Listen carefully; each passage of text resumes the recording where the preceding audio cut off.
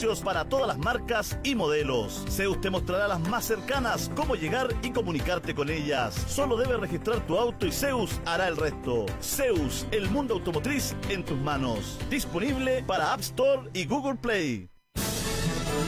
Grandes títulos de ópera, los ballets más esperados y el estreno de West Side Story se conjugan para hacer de la temporada 2020 una de las más atractivas de los últimos años.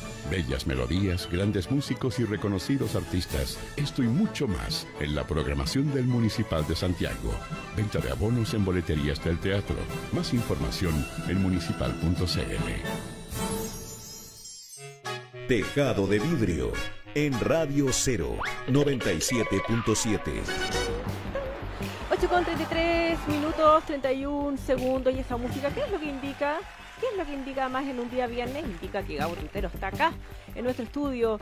Me encanta que Gabo Tuitero, nuestro científico residente, venga los viernes a este programa, porque es como una tradición de la radio gringa, que es Science Friday en NPR. Clásica. Me gusta porque Science Friday. O sea, abrió los Viernes de ciencia. Exacto. Yo tenía en Twitter un hashtag que era Viernes de Ciencia. ¿Ah, sí? Mira. Claro, y donde contaba algunas cosas, anécdotas entretenidas, porque era viernes además. Entonces... Me gusta porque abre la puerta, esa puerta magnífica del fin de semana. Claro. Tienes datos para el asado. Tienes datos para el asado, pero además como olvidar esa columna que hiciste el día viernes 18, que nunca la voy a olvidar. Icónica. Búsquenla, Icónica columna. La vamos a marcar. La vamos a enmarcar. Sí, pero vamos con el resumen del año. Lo vamos más a hacer, destacado de la sí, ciencia a mí me gustan los 2019. rituales, fíjate. Soy bien hombre de harto ritual. Me gusta el fin de año, me gusta el resumen. Hablando de rituales, saludos a María Paz. ¿Quién es? ¿Quién es? Mi señora. Ex polola, nos casamos el fin de semana en Qué bueno que hubierais partido. Mi ex polola. Mi ex polola. Pasó, hice un upgrade. Perdona, ya que tiraste el dato, ¿después de cuánto tiempo de pololeo se casaron? Nos conocimos en marzo del 2015. Ya. Y tenían una vida en común, bajo el mismo techo. Después de un año estamos viviendo juntos, claro, hace 4 años vivimos juntos, sí. ¿Y por qué decidieron dar ese paso? Porque Formalizar. por lo mismo, los rituales, mira qué lindo es esto de unirse frente al público, Pachi, confesar tu amor. ¿Y Pachi no está escuchando ahora? Y decidir caminar juntos, sí, siempre me escucha, fan número uno. Oye, lindísima ceremonia que además tuvo obviamente mucho de ciencia, porque la Biblia fue Cosmos de Carl Sagan y obviamente que la elocuencia de este hombre hizo gala, digamos, obtuvo su proscenio natural con el fondo del mar. ¿Y se leyó algún código de...? Perdón, con el mar de fondo, es ¿algún distinto. código? Porque la Pachi es abogada. Sí, arriba, hubo 2 ceremonias, una civil y otra científica. Perfecto, ya, vamos. Invitados distintos, ¿eh? Habían unos en la civil y otros en la científica. Los de arriba tomaban agua, los de abajo lo verdadero. Uf. Vamos con el resumen del año. Yo creo que es importante siempre cachar qué onda pasó y proyectar además lo que va a ocurrir el 2020. Totalmente. Que viene ciertamente muy entretenido.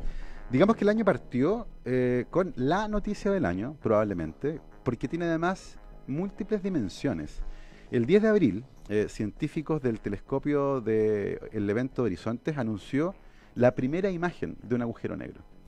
Esto es interesante por muchísimos motivos distintos. El primero es que los agujeros negros deben ser los objetos más enigmáticos del cosmos. Esta atracción que los hace aparecer en películas, en dibujos, en arte, y nunca nadie había visto realmente uno. Digamos que técnicamente es imposible verlos. Claro. Porque por su definición son objetos tan masivos que deforman el espacio-tiempo, tienen una atracción gravitatoria que hace que ni siquiera la luz pueda escapar. Y por lo tanto son negros, de ahí viene su nombre, agujero negro. Sin embargo, la materia que está cayendo dentro de este agujero negro y que gira a velocidades muy altas, materia y también gas, sí emite un brillo que eventualmente podría ser captado por ejemplo, un radiotelescopio. Estas antenas gigantescas, tapas de olla de aluminio, le digo yo, cariñito, que pueden ver, entre comillas, en ese rango de frecuencias. El problema era que para poder ver estos objetos que están muy, muy lejos, el tamaño de la antena era igual al tamaño de nuestro planeta. Y ustedes comprenderán que eso es técnicamente imposible, no podíamos hacer una tapa de olla del porte de la Tierra. Y un grupo de investigadores decidió, por lo tanto, generar un consorcio de radiotelescopios que estaban ubicados en 6 partes distintas del mundo, en Estados Unidos, en México, en España, en el Polo Sur y en Chile. Chile colaboró con 2 radiotelescopios distintos, APEX y ALMA. ALMA el más grande de todos, lejos. Y consistía esto, esos seis radiotelescopios, 8 radiotelescopios en 6 partes distintas del mundo, están ubicados todos en un mismo hemisferio. Si tú los mirabas desde arriba, estaban todos en un lado de la Tierra. Y para poder tomar la imagen que querían tomar, tenían que coincidir los 6 al mismo tiempo, es decir, toda una cara de la Tierra apuntando al mismo lugar del espacio al mismo tiempo, y además en todos esos lugares tenía que haber buen clima en ese mismo instante. Chuta. Entonces era una aventura extremadamente compleja que involucraba a 200 investigadores, varios lugares distintos de observación y además la suerte de tener buen clima. Y durante la primera etapa de la observación se apuntó este conjunto de radiotelescopios al centro de la galaxia M87. A esta altura estamos bastante seguros que en el centro de todas las galaxias hay un agujero masivo, hay un agujero negro supermasivo, de gran tamaño. Y en esa galaxia en particular se detectó un agujero negro y se liberó la imagen que vamos a ver a continuación y que se convirtió en la portada de todos los medios al día siguiente. Voy a describir para nuestros radioescuchas, es un agujero negro. Exactamente. Rodeado por luz. Muy clara la descripción, muy precisa, por cierto. Exactamente. Quienes están escuchando en el auto pueden observar su parlante izquierdo. Exactamente. Ahí va a aparecer un holograma que con la tecnología de la radio vamos a mandarle a ustedes. Exactamente. Ahora, como les decía, esto es interesante en varias dimensiones. La primera, ciertamente, la científica, que tiene que ver con un hito relacionado con ver, literalmente, algo que solo había sido predicho por ecuaciones. Eso es para mí siempre lo más fascinante de estas explicaciones. Como sabíamos hace mucho tiempo que existe esto, ¿por qué? Por las ecuaciones. No, es impactante. Los físicos teóricos, los cosmólogos sabían, y de hecho, en la película Interstellar, el dibujo que aparece de Gargantúa está inspirado en todas las cosas que sabíamos teóricamente de los agujeros negros con Thorpe, que fue un físico premio Nobel, que fue el asesor de la película para esa materia. Pero es distinto creer a partir de ecuaciones que sabemos cómo es, a verlo. Claro. Y cuando calza la teoría con la práctica, se genera un momento maravilloso en la ciencia, donde por fin hemos confirmado que efectivamente estas enigmáticas estructuras del universo existen y se comportan como lo habíamos predicho. Eso por un lado. ¿Por qué encuentro que es relevante esto? Porque además muestra que aún tenemos esta capacidad de trabajar grupos distintos de científicos en lugares distintos del mundo por un objetivo en común. Y eso va a ser fundamental para enfrentar el desafío más grande que tenemos actualmente, que es el cambio climático, creo yo. Tenemos ahí una forma de trabajar, mirar cómo se hizo aquello, genera ciertamente, a mi entender, este sentido de unidad que tenemos todavía como especie. Y sabes lo interesante además que además del tema como de la voluntad científica, ¿cierto?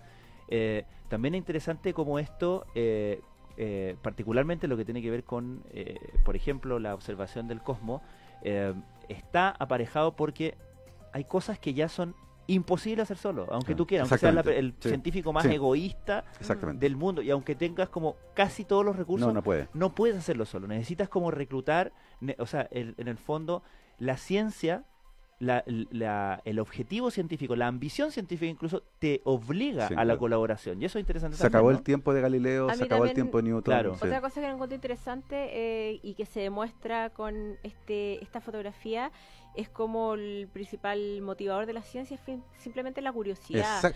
Y justamente para allá iba. Sí. Es como, ¿cuánto costó esto? Porque esta es una pregunta que me han hecho muchas veces. ¿O para qué sirve? Esa es la pregunta. Oye, ¿y esta cuestión para qué te sirve? Un sartenazo en la cabeza. ¿Te pasó eso? Sí, muchas veces. Pero es una pregunta, ¿denunciaste? ojo. ¿Ah? Es una pregunta válida, ojo. Que se la preguntaron al director del Large Hadron Collider cuando se inauguró. ¿Y esta cuestión para qué sirve? Claro. Y él dijo, no lo sé. Pero me encanta y no tengo por qué saberlo. ¿Saben por qué? Porque cuando uno genera conocimiento, por definición, no sabe lo que va a encontrar. Si no, no sería conocimiento. Pero eso es belleza también, ¿no? Es una belleza impresionante, pero ojo, va más allá de eso. ¿Se han hecho alguna vez una resonancia magnética? Sí. ¿Qué te pareció el examen? Me dio miedo. ¿Por qué te dio miedo? Porque... porque... Es intimidante, ¿no? Es intimidante. ¿Cuánto duró? ¿Te acuerdas? Media hora. Media hora. Suena... Y tienes que estar quieto, no te puedes mover. Bueno, además no hay nada que uno lo ponga más inquieto que te digan quédate quieto. Exactamente. Y no se mueva porque si no hay que hacerlo nuevo. Tú estás ahí y te pica la nariz. No, y además uno siente que le van a descubrir miles de cosas. Yo les dije que esta foto requería hacer una antena al porte de la Tierra. Y evidentemente no la hicimos, nos habríamos dado cuenta. Se hizo con pedacitos. Y por lo tanto, en esa imagen había un montón de puntos que había que rellenar. Y para poder hacerlo, un equipo del MIT tuvo que generar un algoritmo, un software, que era capaz de ir rellenando los espacios faltantes a partir de la información circundante. Ese equipo, donde participó Katy Bowman, una chica que apareció, se hizo famosa, porque aparece tapándose la boca en un momento, cuando la muestran en el primer rendering de la imagen, de la impresión. Bueno, ese mismo algoritmo va a servir para que en el futuro los exámenes de resonancia magnética tengan que hacerse con menos imágenes. Y por lo tanto el examen va a ser más barato y más corto. Y menos invasivo también, por supuesto. ¿no?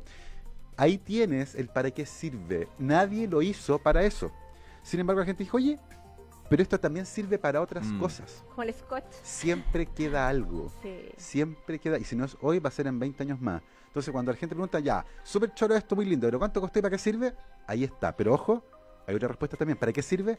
Para llenarnos, como decía, el alma. Porque la curiosidad nuestra no la puedes meter en un cajón.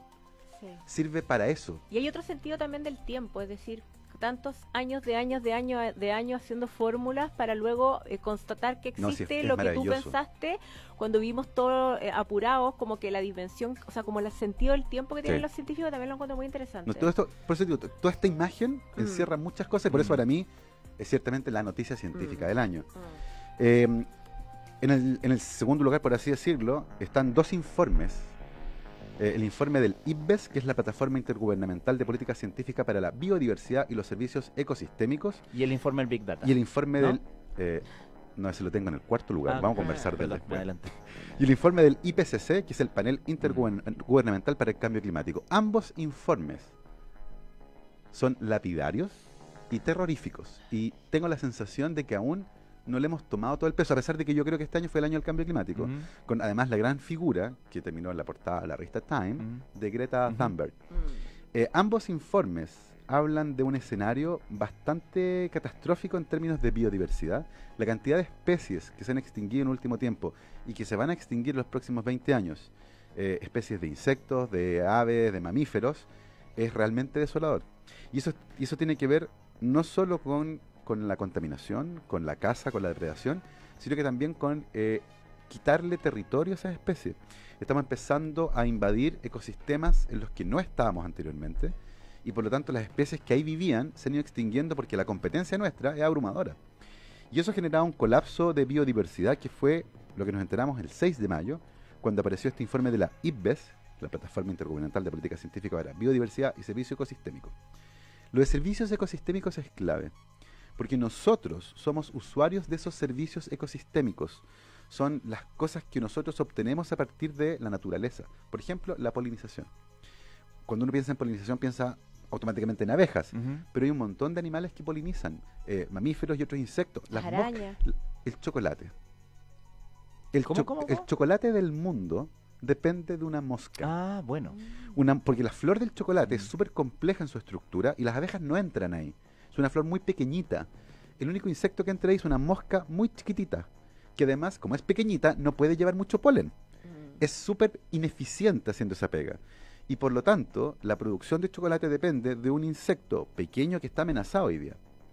Ese es un detalle para los que ¿Y por eso hay perspectivas tan pesimistas para la industria del chocolate? Por eso, por el cambio climático y por China. El consumo de chocolate en China se disparó porque hay más poder adquisitivo. Se están comiendo todo el chocolate. Exactamente, los chinos están comiendo todo el chocolate. Y por lo tanto, si van a acaparar algo, acaparen chocolate. Porque va a ser un duro momento. El nuevo lingote de oro pueden ser esos chocolates. Por supuesto. O sea, las monedas de chocolate van a ser monedas. Van a valer lo que representan.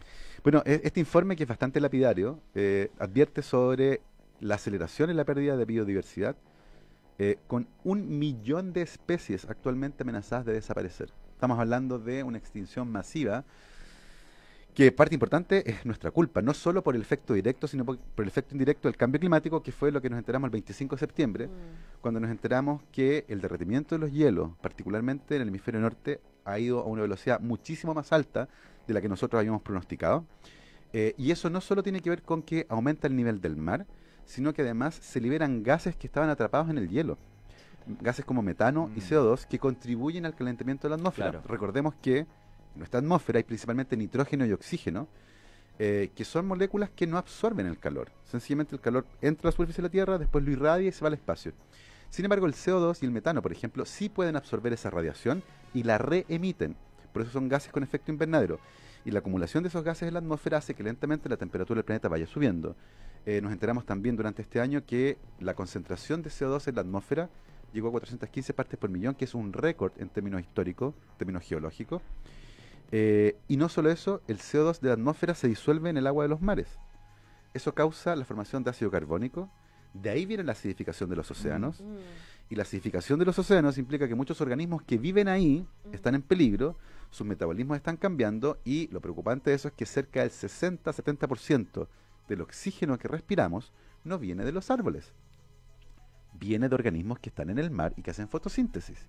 Y por lo tanto, si alteramos ese ecosistema, vamos a enfrentarnos a un escenario realmente complejo. A eso suma, me imagino yo, la cadena alimenticia. No, o sea, depende del océano. Muchas especies de los océanos se están yendo a zonas más profundas, sí, casi inasequibles, para poder sobrevivir. Y un detalle, leía ayer una tremenda polémica que hay actualmente, porque se están autorizando explotaciones mineras en el fondo del océano.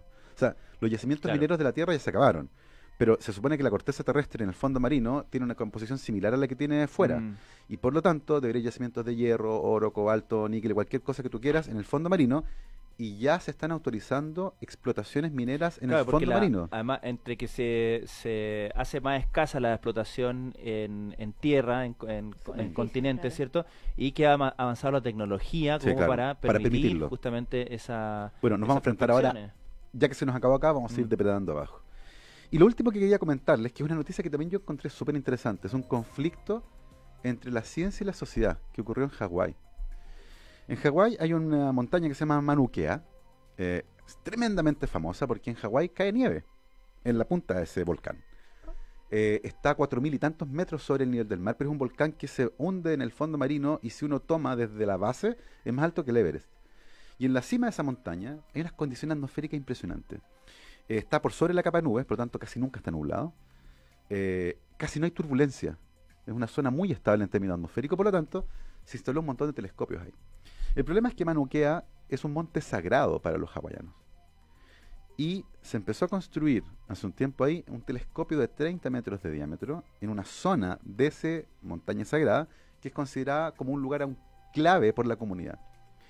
Y por lo tanto hubo un conflicto con la comunidad y se bloqueó la construcción, y actualmente hay un campamento que está bloqueando el acceso al camino para construir ese telescopio, y muy probablemente ese telescopio no se va a construir en Hawái, va a terminar en España, en Palma de Mallorca. Y esto es algo muy bonito porque muestra la falta de diálogo que hubo ahí. Claro. Porque en un momento se generó un panel para discutir cómo se iba a hacer esto, y en ese panel no se incluyó a ningún habitante de la isla, eran todos científicos.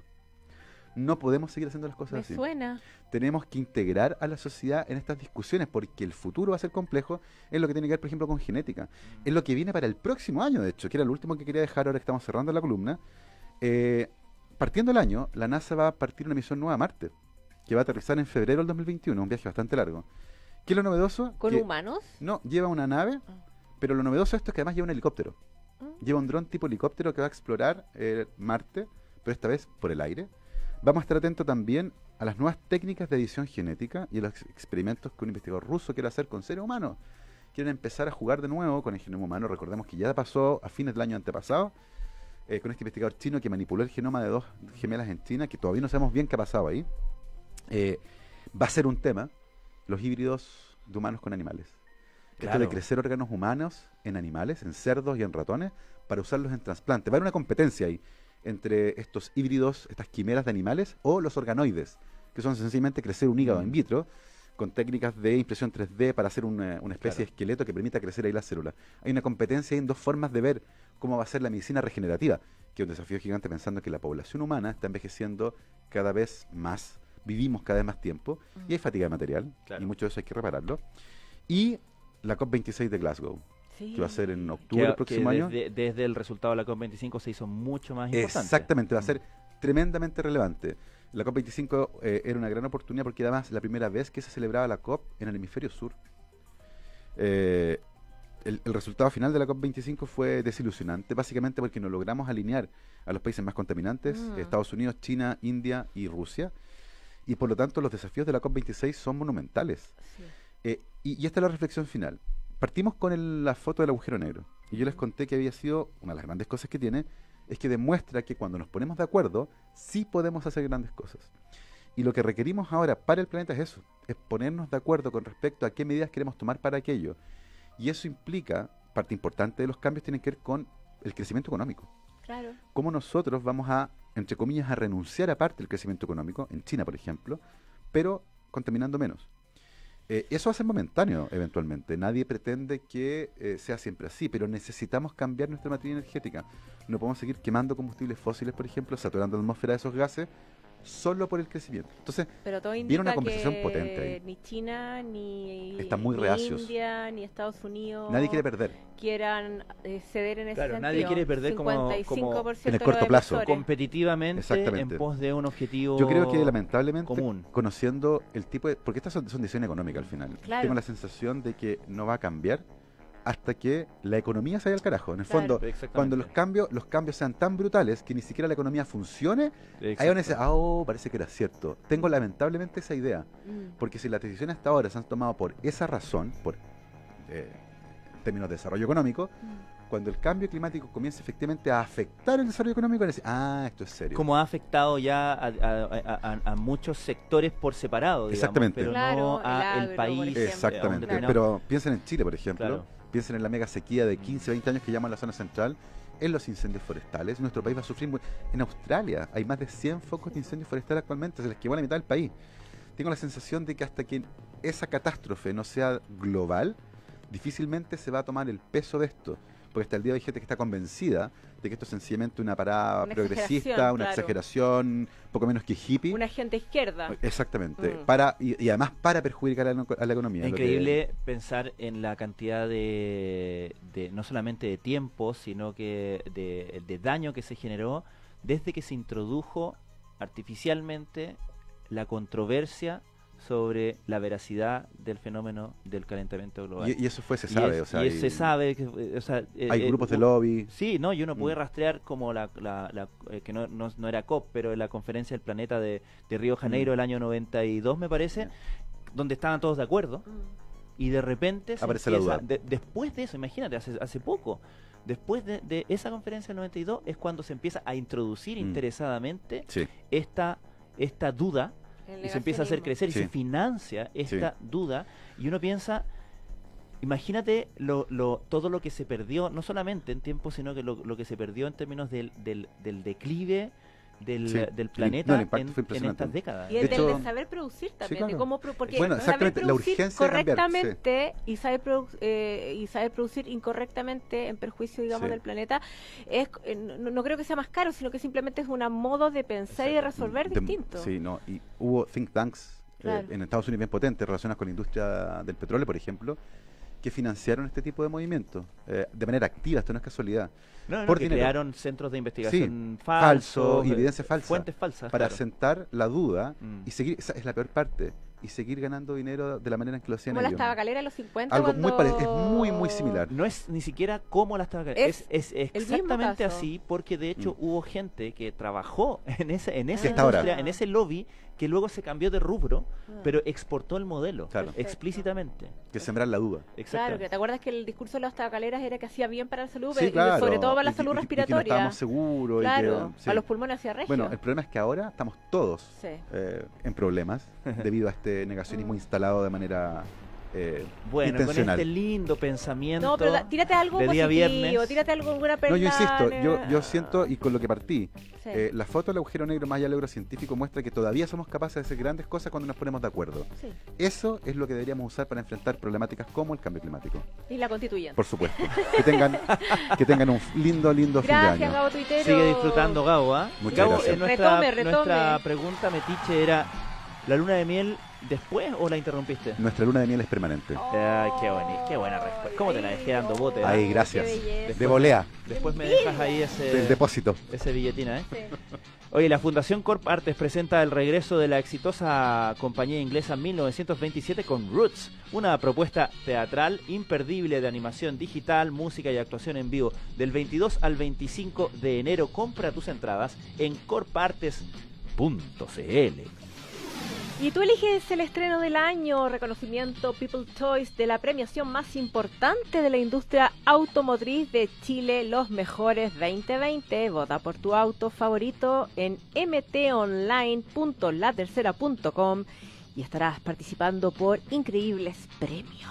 Y nos volvemos a encontrar el día lunes a las 7 de la mañana. Saludos a nuestro Iván Guerrero, que a pesar de estar disfrutando momentos de solaz, con música como esta, como que se imagina que está en la playa de DiCaprio. No está en la playa de DiCaprio, pero en su mente lo está. Y aún así nos escucha, fíjate. Sí, me mandó un WhatsApp que me equivoqué en 2 datos. Estaba muy atento ahí. Está Leonardo DiCaprio, Virgin Ledoyen en esta película de Danny Boyle y con música de Moby. Gracias, María Inés Sáez. Nosotros nos vamos porque ya llega Lab Café con Catalina Allendez, y sigan ustedes en el tren programático de la Radio Cero.